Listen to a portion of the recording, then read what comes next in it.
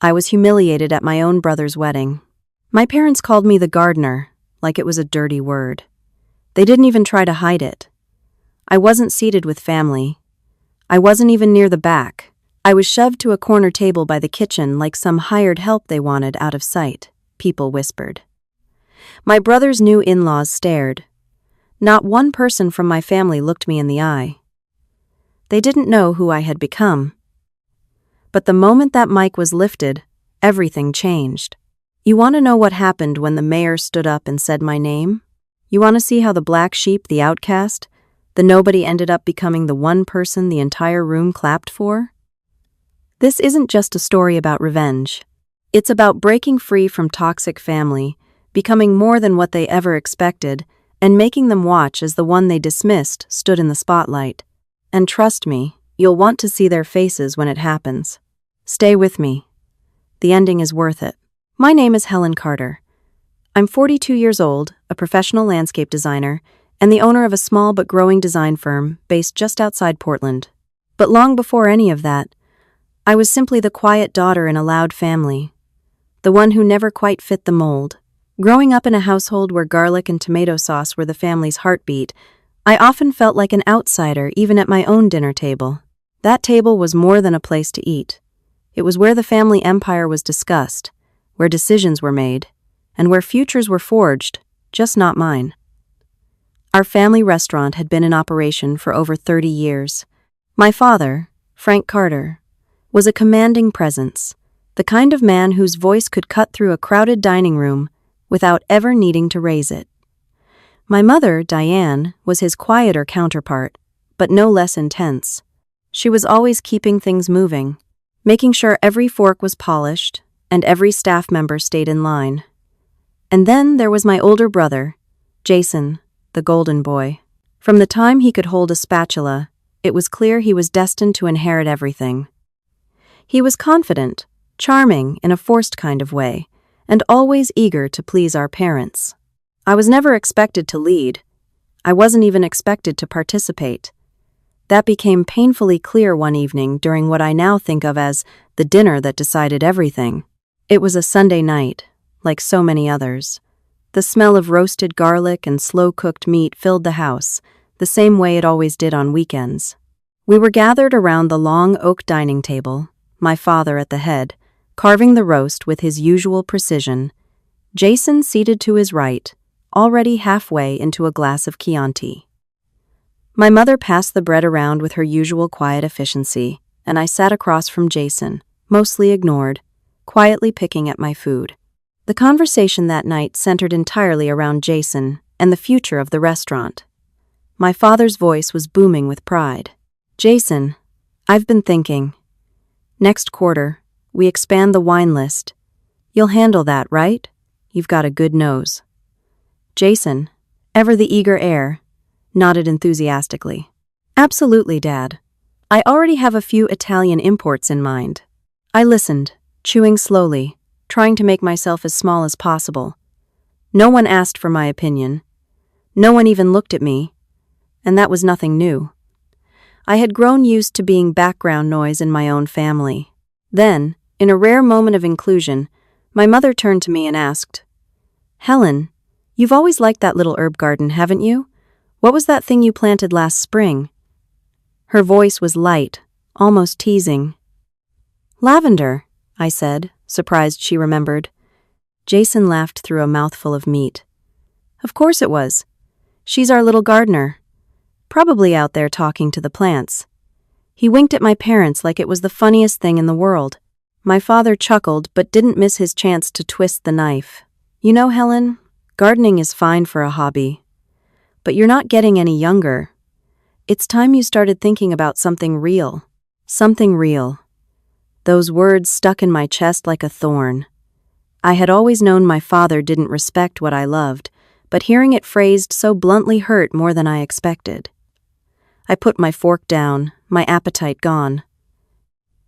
"I just like being outside," I said quietly, "working with plants, creating something peaceful." My mother exchanged a quick look with my father, a familiar one, the kind that said, "There she goes again." She didn't reply, just sipped her wine. My father scoffed. You can't make a living playing in the dirt, Helen. You need a proper job. You're part of this family. The restaurant is our legacy. Jason leaned back in his chair, smirking. Maybe she can grow the basil for the kitchen. That way she can still be useful. He said it like a joke, but the smugness in his voice made it clear he meant every word. I stared at my plate, my hands clenched in my lap. I could feel the heat rising in my face. This wasn't just teasing. This was dismissal. I wasn't seen as someone with dreams or value. I was a footnote in a family story, already written without me. In that moment, I realized something important. My family would never see me for who I was. No matter how hard I tried to explain what the soil meant to me, what plants meant, they'd always see me as the girl wasting her time in the garden, a hobbyist, an afterthought. I didn't argue that night. I didn't cry or shout. I just went to bed quietly, the words, something real, echoing in my mind. But I knew something had shifted inside me. That dinner didn't just show me where I stood, it made it clear I needed to step away. It would take me years to build the courage to walk away fully. But looking back now, that dinner was the beginning. The moment I realized I'd never bloom, if I stayed rooted in a garden, they refused to water. Most people don't remember their earliest moments of joy. For me, it's crystal clear bare feet on damp earth, the smell of wet pine needles in the air, and my small hand clutching the larger, weathered hand of my grandmother, Ruth. I was 9 years old the summer the storm hit. A brutal windstorm had swept through our town, pulling down branches, flooding basements, and in my grandmother's case, flattening her beloved backyard garden. I remember running up the little stone path to her house the morning after, expecting to find her devastated. Instead, I found her kneeling calmly among the debris, a shovel in one hand, and her straw hat tilted against the morning sun. She turned to me, her face smudged with dirt, but her eyes bright. "Well," she said, as if commenting on spilled flour, "I guess the garden decided it wanted a fresh start." I blinked, confused. "Aren't you sad?" She smiled. "Plants don't give up, honey. They bend, they break, but if the root survives, they grow back stronger. You'd be surprised what a flower can teach you about life." We spent the next 3 days rebuilding that garden. I was too small to be of any real use, but Grandma Ruth made me feel important. She let me choose which flowers went where, showed me how to turn soil properly, and let me hold the hose like it was a magic wand. She talked while we worked about seasons and soil, about patience, and about how every plant has its own rhythm. She told stories of when she was young, how her mother had taught her to plant daisies in coffee tins and watch them sprout by the windowsill. But mostly, she listened. For the first time, I felt heard. That garden, once rebuilt, became our place.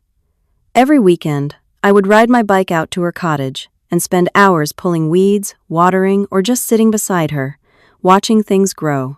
We planted lavender in the far left corner because she said it kept the mosquitoes away, and roses near the gate so it would smell like kindness when guests arrived. But my favorite was the row of violets we planted along the stone wall. One of them smaller than the rest, a deep, royal purple, was mine. I named it Bonnie. I checked on it every week, whispered to it like a secret. When it finally bloomed, I plucked one of its flowers and pressed it into a book Grandma gave me, just an old gardening journal with blank pages. She said it was for whatever I wanted to grow inside.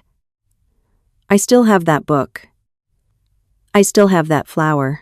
It's brittle now, paper thin and faded at the edges, but it's followed me through every move, every heartbreak, every moment I wanted to give up. Back then, I didn't know what landscape design was. I just knew I loved watching beauty come from dirt. Where others saw mess, I saw potential.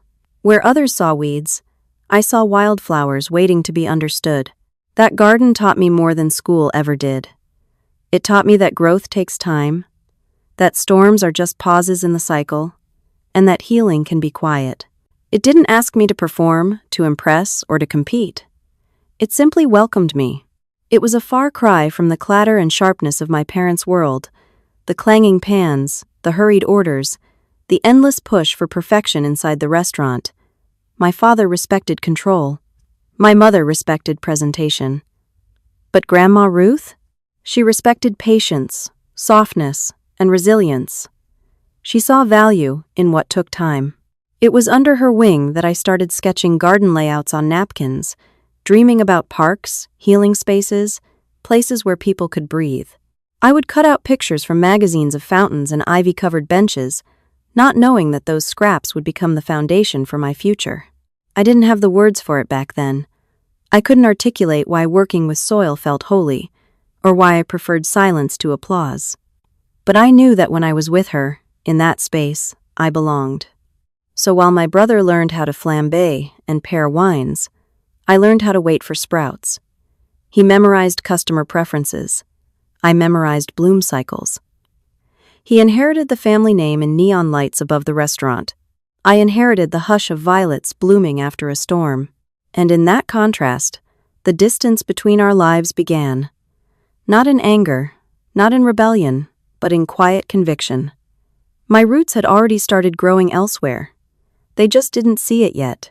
I wouldn't fully realize it until much later, but those days in Grandma Ruth's garden were the first steps toward everything I would become.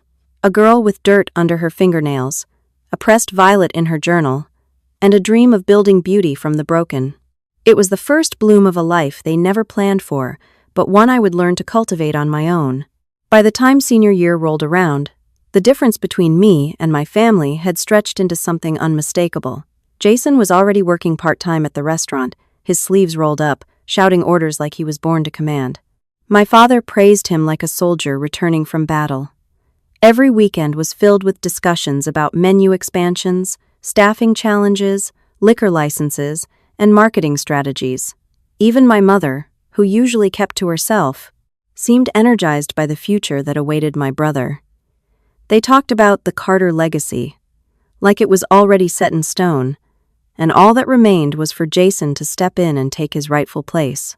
I sat through those conversations quietly, nodding when necessary, smiling politely while they talked around me. But inside, something had shifted. The garden, the sketches, the pressed flower in my journal, they weren't just hobbies anymore. They were calling me in a way I couldn't ignore. The tension finally broke the week of graduation. We were sitting in the family room after dinner. Jason was stretched across the couch, tossing peanuts in the air and catching them with his mouth. My father stood behind his armchair, a glass of bourbon in one hand, and my mother was flipping through a college admissions brochure from a state business school nearby. "So," Frank said without looking at me, "we've been talking, and we think it's time you got serious about college. You'll enroll in the business program at Mid-State in the fall. It's close, it's affordable, and you can work part-time at the restaurant." He said it like the decision had already been made. My stomach tightened. I had rehearsed this conversation a dozen times in my head, but now that it was real, my voice felt trapped somewhere behind my ribs. I looked at my mother. She didn't meet my gaze. Jason smirked like he was waiting for me to say something stupid. "I'm not going to Mid-State," I said quietly. My father lowered his glass. "Come again?" "I'm not going to business school," I repeated, firmer now. "I've been accepted to the landscape design program at Evergreen College. It's not local, but they offered me a partial scholarship." The room went still, like I had just dropped a curse word into a prayer. My father set his glass down with a thud. "Landscape design?" he said, drawing the words out like they tasted sour. "Are you joking?" "No, I'm not," I said. "It's what I want. I've already accepted the offer." "You've already accepted?" My mother finally spoke, her voice more stunned than angry. "Without talking to us?" "I knew what the answer would be," I said, trying to keep my voice steady. "And I can't keep pretending I want what you want. I'm not Jason. I don't want to run the restaurant." Jason gave a low whistle and shook his head. "Well, looks like the gardener's gone full flower child. What are you going to do, Helen design fancy lawns for rich people?" "It's a real profession," I snapped, the words coming out sharper than I meant. "And I'm good at it." My father's face darkened. "You think we're made of money? You think we're going to waste a dime on you playing in the dirt while your brother carries this family? I didn't ask for your money, I said, standing now. I've got a scholarship and I'll work part-time. I'll figure it out. He stepped toward me, voice rising. Then you're on your own. Don't expect a cent. Don't come crawling back when it falls apart. That I held my ground. I won't. Behind them, Aunt Carol sat silently in the corner, knitting as she often did. She didn't speak, but I saw her pause, glance up, and meet my eyes. Her expression wasn't shock or judgment. It was something quieter, something like sympathy, maybe even pride. She didn't say a word, but that look told me everything. I went to my room and packed what I could into one worn-out suitcase. A few clothes, my journal, a copy of my acceptance letter, and in a small envelope tucked carefully between pages, the pressed violet from Grandma Ruth's garden. I stood at the front door for a long moment, hand on the knob, waiting to hear someone call after me. But no one did. Jason had gone back to his peanuts, my mother disappeared into the kitchen, and my father poured himself another drink. When I stepped outside, the evening air was cool, and the crickets had just begun their nightly chorus. I didn't look back. I didn't need to. That was the night I left behind the life they had planned for me. A life of wine lists and oven schedules, of polite smiles and suffocating tradition. I wasn't angry. Not yet. Just clear. Clearer than I'd ever been. I wasn't running away. I was planting myself somewhere I could finally grow. The first morning at Evergreen College was quiet, almost unnervingly so. The campus was blanketed in early fog, and Helen stepped off the shuttle with her suitcase dragging behind her, a duffel bag slung over one shoulder, and her acceptance letter crumpled in her pocket. Her heart pounded not with excitement, but with a steady hum of doubt. This was the beginning of her own life, the path no one in her family believed she could walk. And now, she had to prove mostly to herself that they were wrong. Her dorm room was small, and smelled faintly of old paint. The furniture was basic, the view uninspiring. She didn't have the luxury of decorating it the way other students did. No string lights, no posters. Just a small pressed violet tucked inside the cover of her old gardening journal and a second-hand desk lamp she bought at a flea market 2 days before moving in. Classes began quickly. The landscape design program was more intense than she expected. Terms like soil pH, hardscaping, and drainage infrastructure filled her notebooks. While most students came from architecture prep programs or art schools, Helen had arrived with nothing more than dirt under her fingernails and a stubborn desire to make things grow. To make ends meet, she took a job at a local garden center just off campus. It was modest rows of perennials in cracked plastic trays, the scent of mulch always lingering in the air, but she felt at ease among the plants. She spent early mornings stocking fertilizer and late evenings sweeping gravel aisles. It was exhausting, but familiar. In the quiet hours, when customers had gone and the mist settled low over the flowers, she found peace. Still, she kept to herself. While other students laughed loudly in the dining hall or formed late-night study groups, Helen sat alone. It wasn't that she disliked people. She simply didn't know how to make herself visible in a world where no one expected her to matter. That changed on a rainy Thursday during her second week of classes. Helen was seated in the back of Studio Design Fundamentals, flipping through her sketchpad, when someone plopped loudly into the seat beside her. Ugh, I hate this weather. My hair turns into a chia pet when it rains, the girl announced. Helen looked up to see a redhead with wild curls, mismatched earrings, and the kind of smile that disarmed you instantly. I'm Zoe, she said, extending a hand with green nail polish chipped at the edges. You look like you know what you're doing. Mind if I copy off your existential despair? Helen blinked. Then, without meaning to, she laughed. From that moment, Zoe was a constant. She was vibrant where Helen was quiet, spontaneous where Helen planned. But she never made Helen feel small. Quite the opposite, Zoe celebrated her. She dragged her to plant nurseries on weekends, introduced her to almond milk lattes, and pushed her to show her work in class critiques. "You've got a brain like a greenhouse," Zoe would say. "Everything grows in there if you just let it out." Then came Professor Clark. Tall, silver-haired, with a wardrobe that never strayed from gray vests and khaki trousers, Professor Clark was known as the toughest critic in the department. He didn't give compliments. He gave lectures and raised eyebrows. Helen admired him from afar, convinced he didn't know she existed. That changed during a midterm project when students were tasked with designing a pocket park for a fictional urban neighborhood. Helen stayed up for 3 nights straight, sketching and reshaping her layout, refining details. Her final model was inspired by Grandma Ruth's garden. Meandering paths, layered textures, bursts of lavender, and a single violet centerpiece at the entrance. She didn't tell anyone what it meant to her, she just let it speak for itself. On presentation day, Clark stood silently in front of her model for a long time. Then he said, "You see space the way most people read poetry." He didn't smile. He simply nodded once and walked away. That single sentence stayed with her longer than any grade. Recognition was unfamiliar, but something in her shifted that day.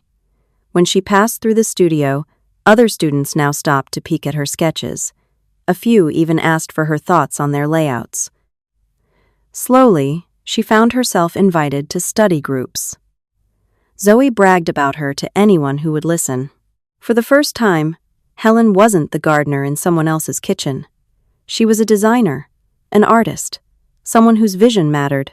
One afternoon, as she locked up the garden center and watched the sun dip behind a row of trees, she thought of her father and Jason probably discussing wine pairings and pasta sauces. They hadn't called, hadn't written, but somehow, it didn't ache as much anymore. Because now, for the first time, she belonged somewhere. Not because she changed to fit the space, but because she finally found a space that fit her. It had been nearly 4 months since Helen left home, and in all that time no one from her family had reached out. No letters, no calls, just silence. But one October afternoon, as golden leaves danced across the stone paths of campus, she found herself staring at her phone, thumb hovering over her mother's number. She didn't know what she expected, a warm greeting, maybe a sliver of curiosity, just something that hinted at care. The phone rang 4 times before her mother answered. "Helen?" The voice on the other end was clipped, like she'd answered by accident. "Hi, Mom. I just wanted to check in," Helen said, her voice unsure. "See how everyone's doing." A long pause followed. Then, cool as polished marble, her mother replied, "We're fine. Jason's been taking more shifts at the restaurant. Your father's been proud."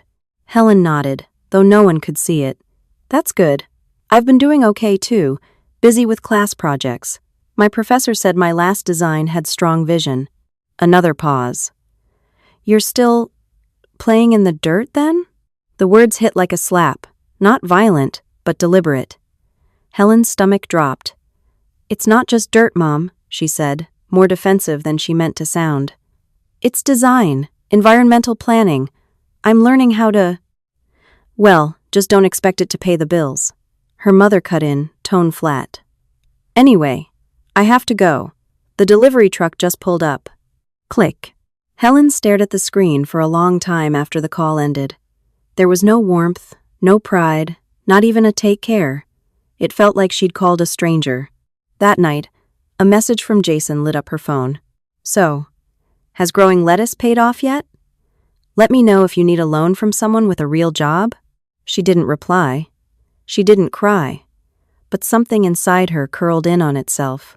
She hadn't expected applause, but the sting of mockery, especially from Jason, who had always found joy in her discomfort, hit harder than she liked to admit. It stirred old doubts, old fears that maybe, just maybe, her father had been right.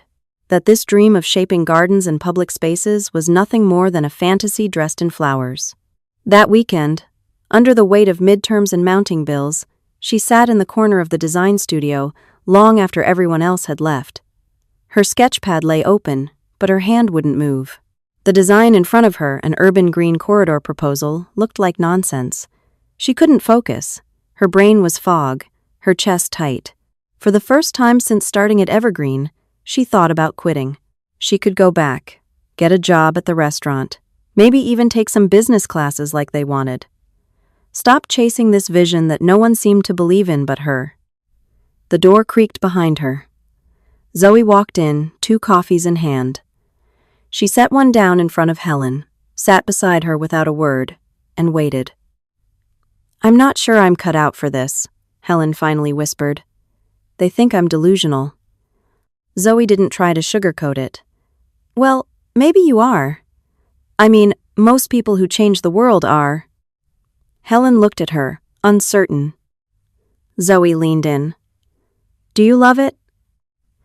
"Yes," Helen said, without hesitation. "Then that's enough. The world doesn't need another restaurant manager who hates her life. It needs someone who can see beauty where others don't. That's you." Helen smiled, small and tired, but real. A few days later, Professor Clark pulled Lay. After class, "You've belay," he said plainly. "Your lines lack confidence. Your colors are muted. What's going on?" Helen hesitated, then answered truthfully. "It's hard to keep believing in yourself when the people who raised you don't." Professor Clark studied her a moment. Then he said, "That's your first real lesson. Don't wait for them. Don't wait for anyone. Recognition is nice, but it's fragile. You have to know your own worth first. Design from there." The words sank in deep. That night, Helen returned to her draft. She tore out the older sketches, rolled up her sleeves, and started again. She let the lines flow without fear, drew curves instead of boxes, textures instead of symmetry. She remembered Grandma Ruth's words that beauty wasn't perfect. It was layered. It was alive. By morning, her design was reborn. She wasn't doing this to impress her father, or to silence Jason. She was doing this for herself, for the child who pressed violets in books, for the young woman who left with a suitcase and a scholarship, for the future, where she didn't just survive, but created. Helen wasn't playing in the dirt. She was planting the future. The phone call came just after midnight. Helen had been up late working on a design draft, her desk lit only by a small lamp and the soft glow of the streetlights outside. She recognized the voice immediately, Aunt Carol, but it trembled in a way Helen had never heard before. "It's Grandma Ruth," Carol said, barely above a whisper. "She passed away in her sleep tonight." The world stopped moving. Helen clutched the edge of her desk as the words washed over her. There was no illness, no warning, just gone. Like the last petal of a flower falling silently to the ground. The next morning, Helen boarded a bus back to her hometown, her sketchpad untouched in her bag. The ride was quiet, filled with muted landscapes flashing past the windows. She stared out, barely blinking, her mind looping back to the last time she saw Grandma Ruth laughing gently, a pair of dirt-stained gloves in her hands, talking about planting tulips next spring. There would be no next spring now. When she arrived at the funeral home, the air felt thick with unspoken words. Her parents didn't greet her. Jason gave her a single nod, more of acknowledgement than welcome. The rest of the extended family looked at her the way people glance at strangers at a party they weren't invited to. Helen stood at the back during the service. No one offered her a seat. No one asked how she was doing. Aunt Carol gave her a small smile across the room, but even she didn't approach. It was as though her presence was a disruption, a reminder of something no one wanted to deal with. After the burial, everyone gathered at the lawyer's office for the reading of the will. Helen sat silently in the corner, hands folded in her lap. Her parents sat close to Jason, who wore a black suit and a smug certainty. He leaned back in his chair, confident in what he believed was rightfully his. The lawyer, a thin man with wire-rimmed glasses and a calm, almost tired tone, began the reading. There were a few token items, jewelry to distant cousins, a small donation to the church Ruth had attended for years. Then, the words changed. "To my granddaughter, Helen Carter," the lawyer read, "I leave my house, my garden, and all its contents. It was in that soil that she found herself. It was there that I saw her heart bloom. The room went still. Jason sat forward, blinking. What? That can't be right. The lawyer adjusted his glasses. It's clearly stated. Helen inherits the entire property. Jason scoffed and turned toward Helen. You've lived in a dorm room for the last year. You think you can take care of a whole house? A garden? You don't even live here anymore. Helen didn't answer. She couldn't. Her throat was too tight to speak. She simply reached into her bag and pulled out the small envelope that had been handed to her privately just before the reading. A letter from Grandma Ruth, with her name written in the familiar slanted handwriting.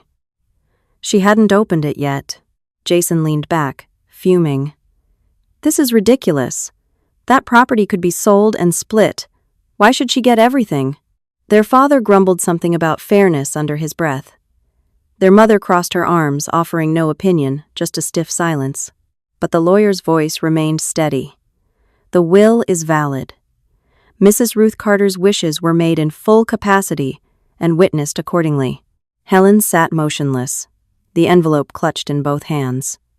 Her fingers trembled slightly, but she held on tight, as if letting go would shatter the last piece she had of her grandmother.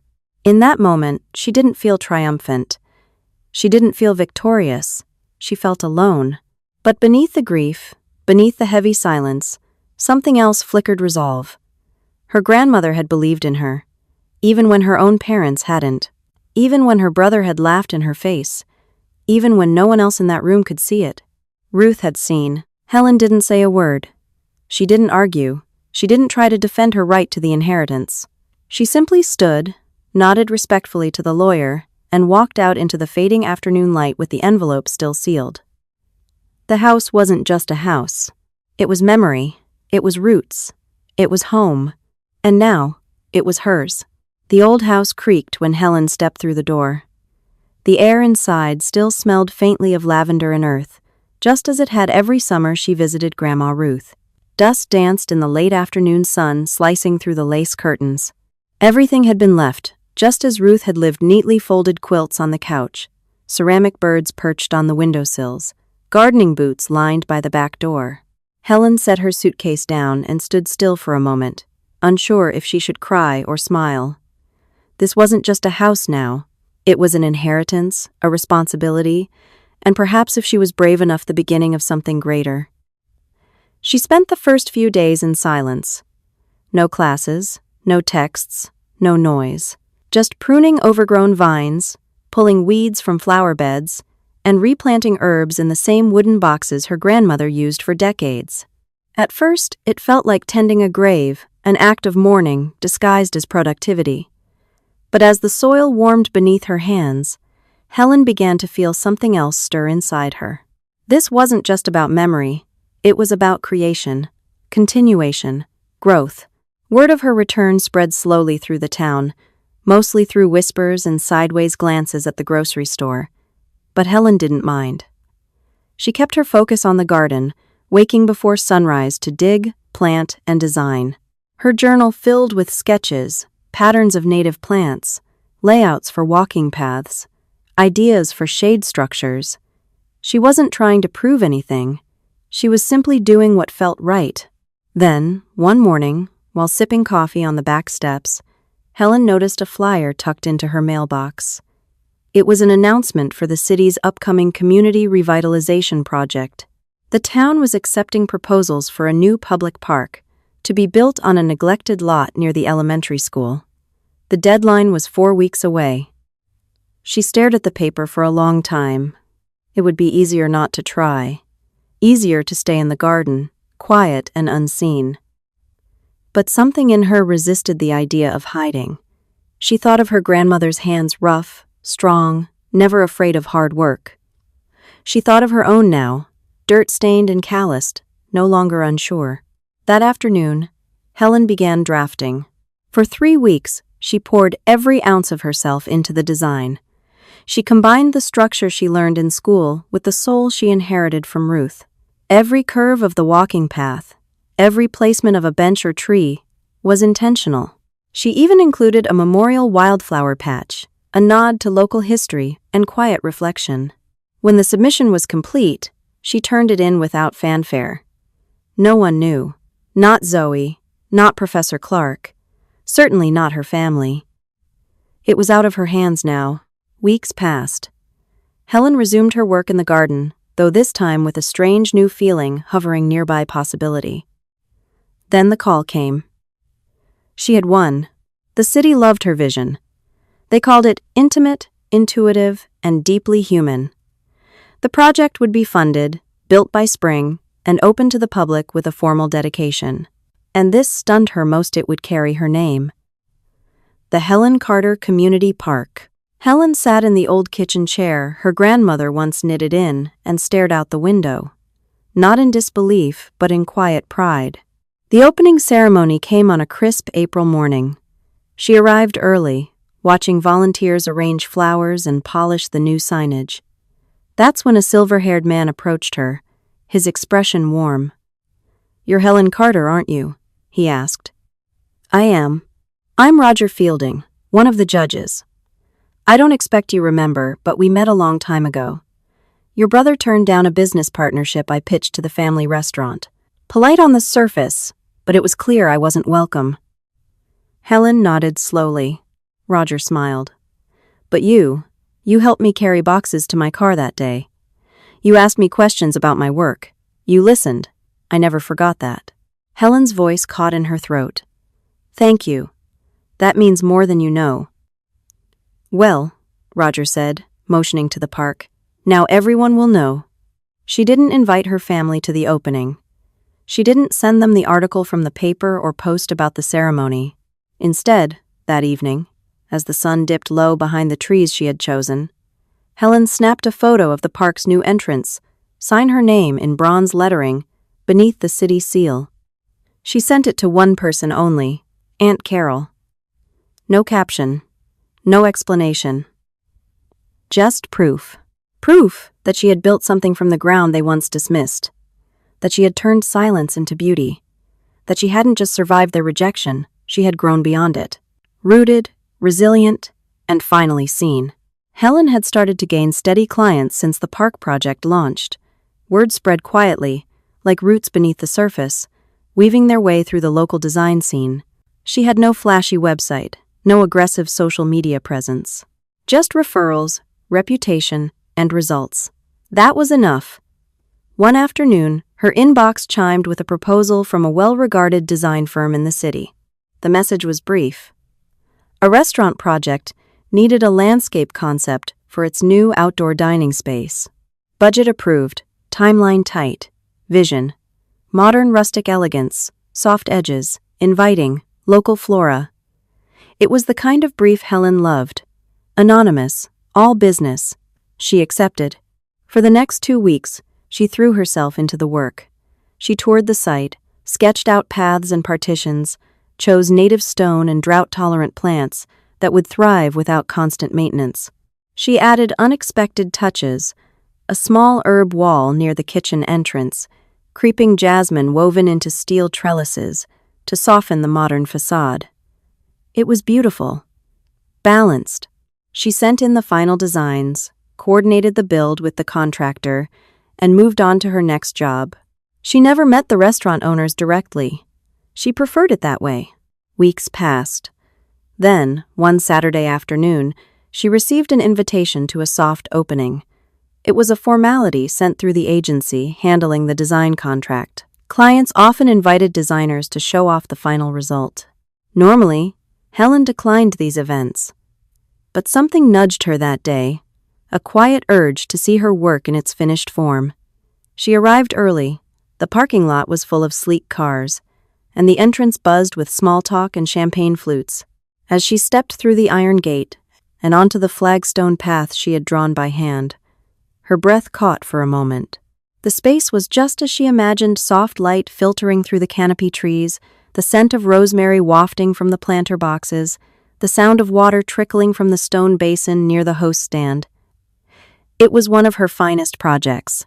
She wandered toward the far edge of the patio, content to stay out of the way, when a familiar voice floated over the hum of conversation. "Now this is what I'm talking about," Jason said, standing near the bar with a glass of wine in hand. "The design is clean, simple, but there's character. Whoever did this knew what they were doing. Helen froze. She hadn't recognized the project address during her site visits. It had still been under renovation. No signs, no branding. But now, standing here, it was unmistakable. This was Jason's new venture. She watched as he glanced around the garden, a look of pride softening his usually hard-set jaw. Beside him, Melissa, in a pearl-studded blazer and sunglasses despite the shade, rolled her eyes.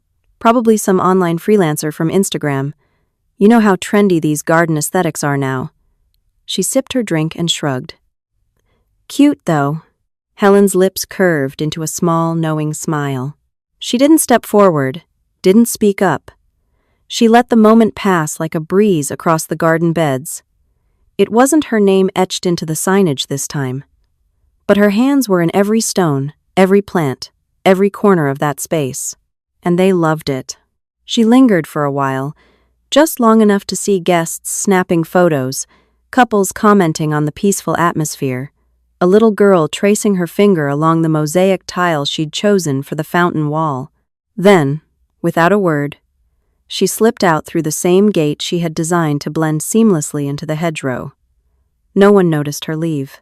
As she drove home, a quiet satisfaction settled over her, not revenge, not vindication, but something more powerful.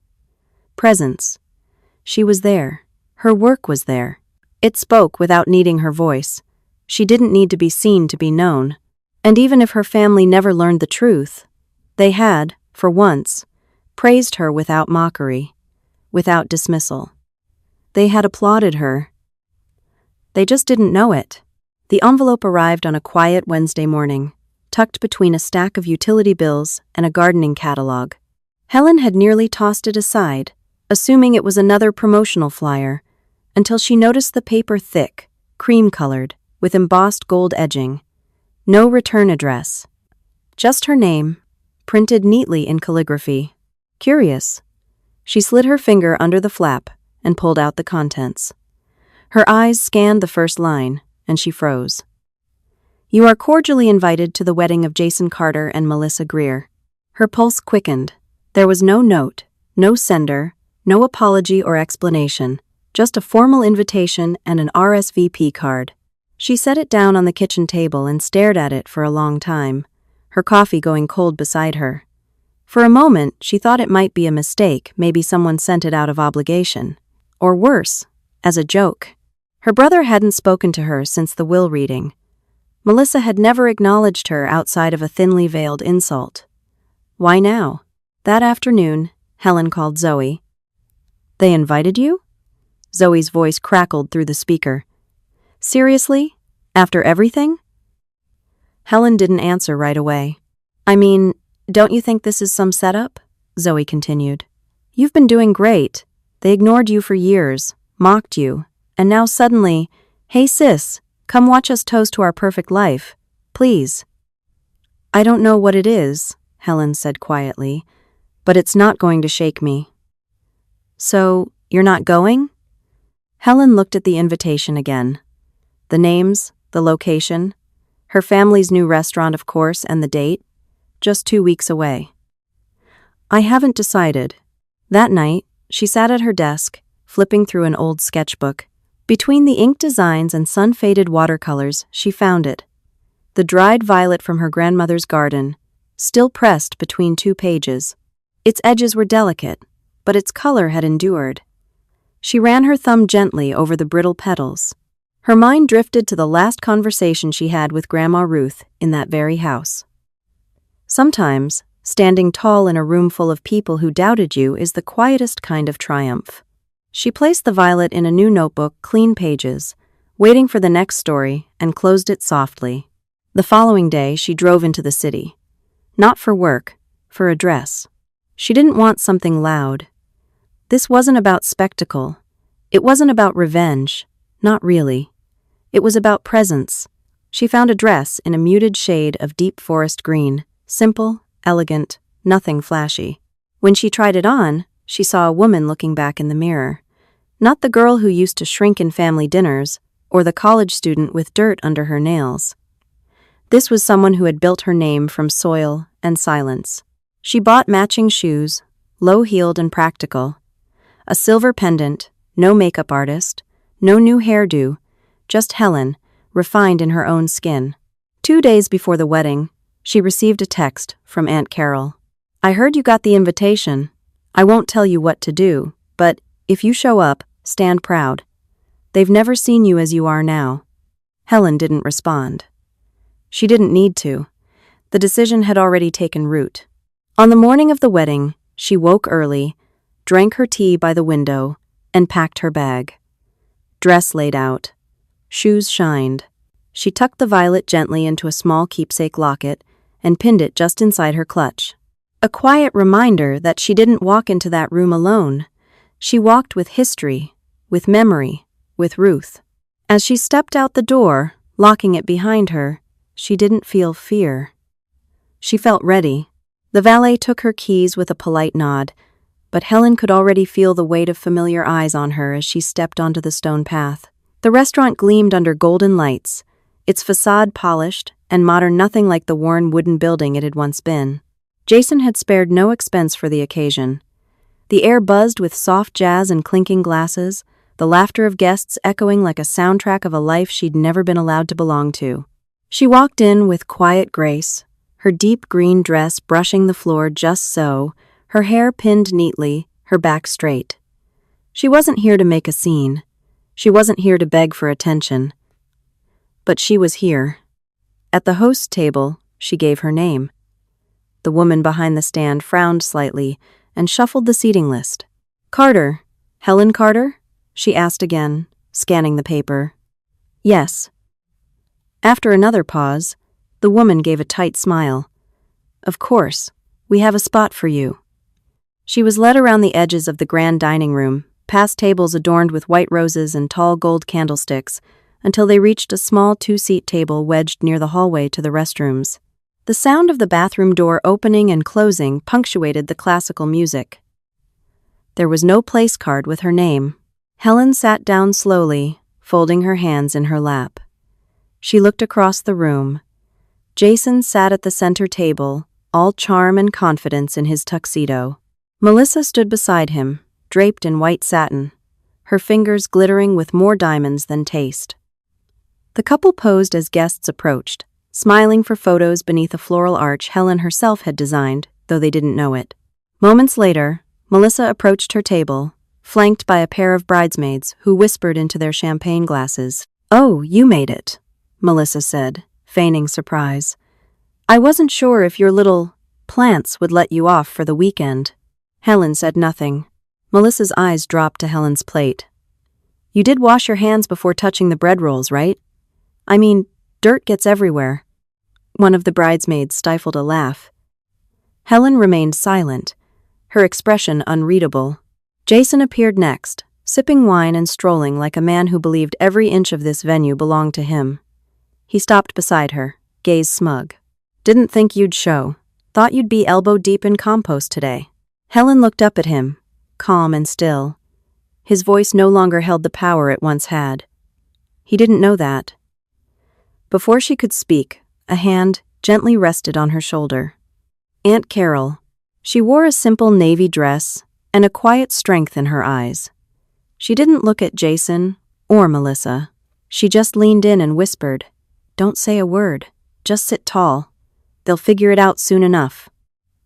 Helen met her gaze and nodded once.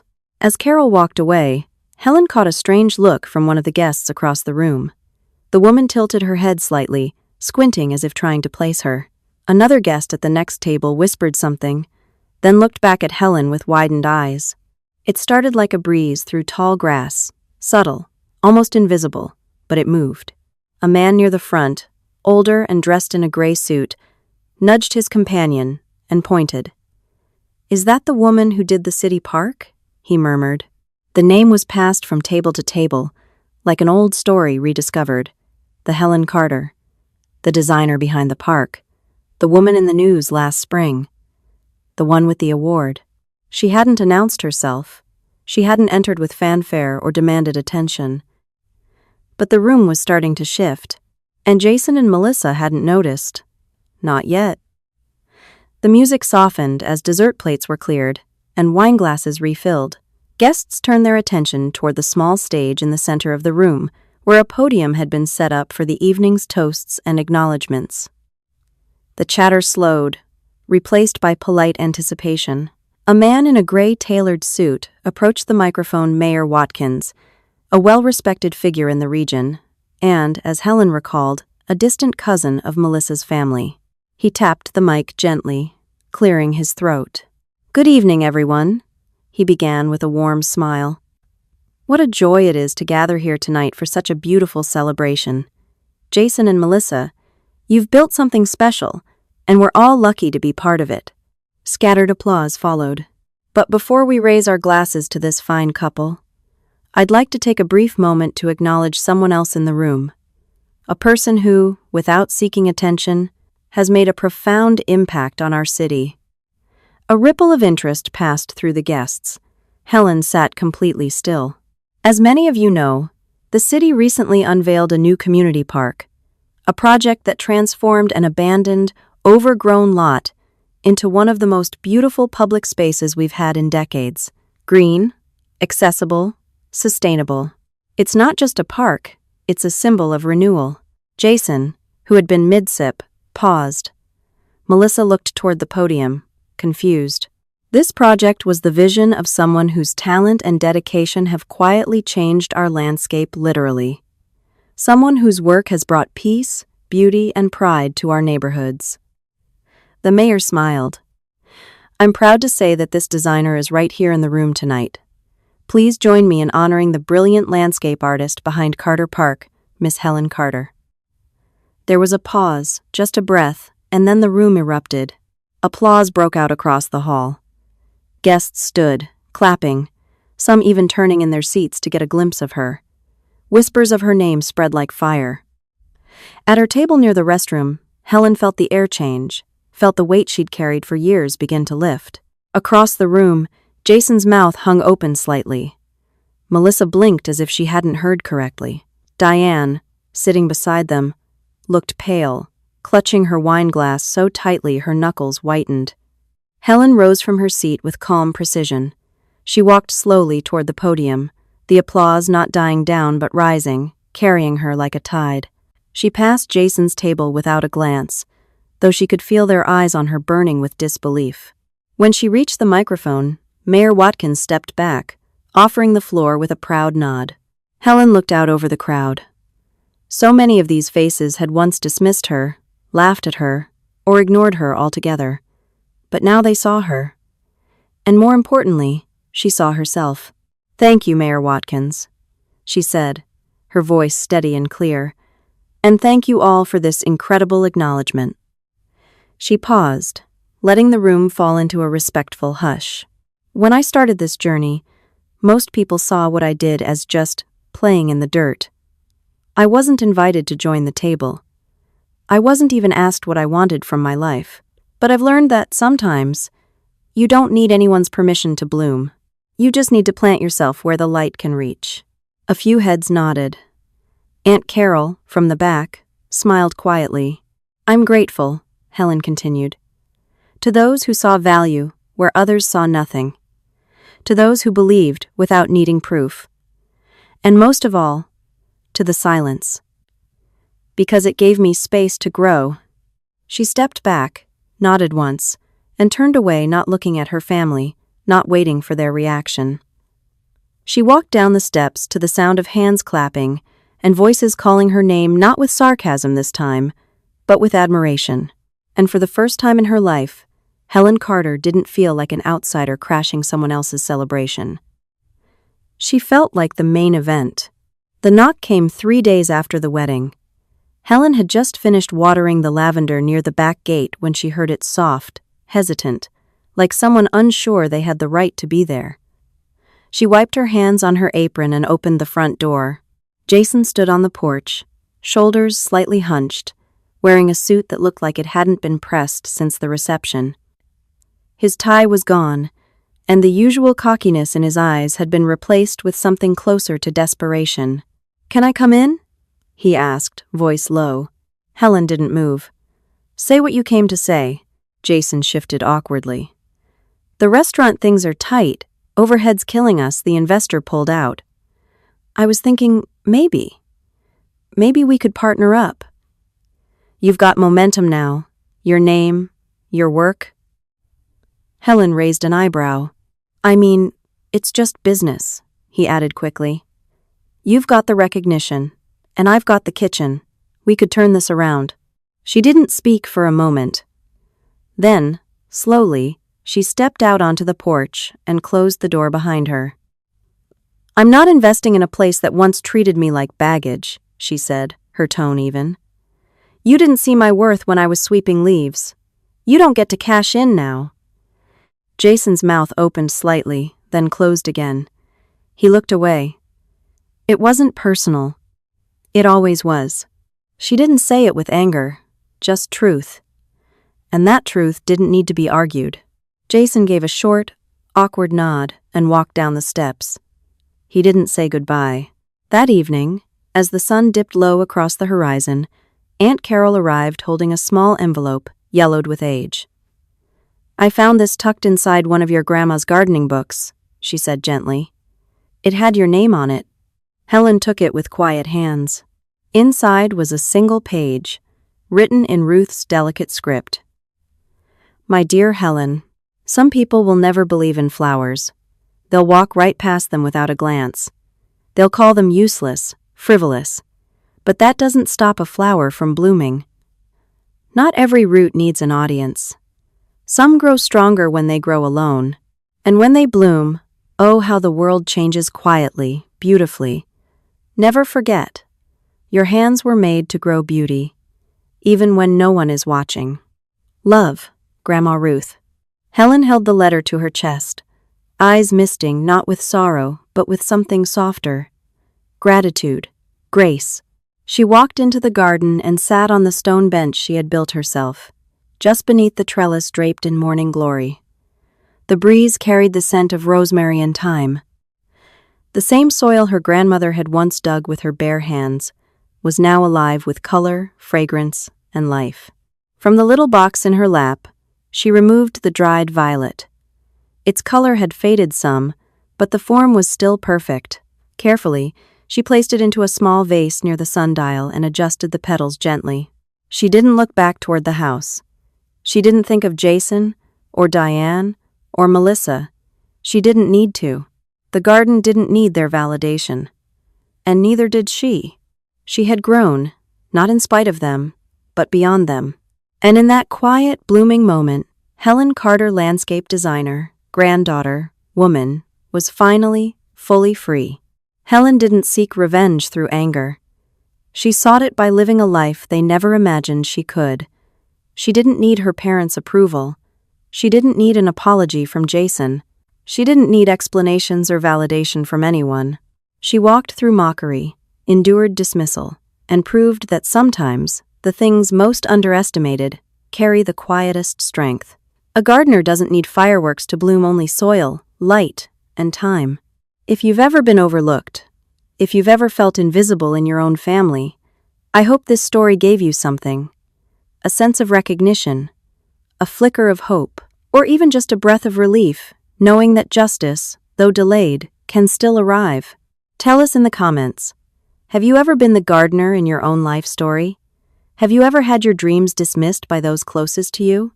If this story moved you, don't forget to subscribe to the channel. We have more true, powerful stories waiting to be told, stories to remind you that the path less taken might be harder, but it leads to the most breathtaking blooms.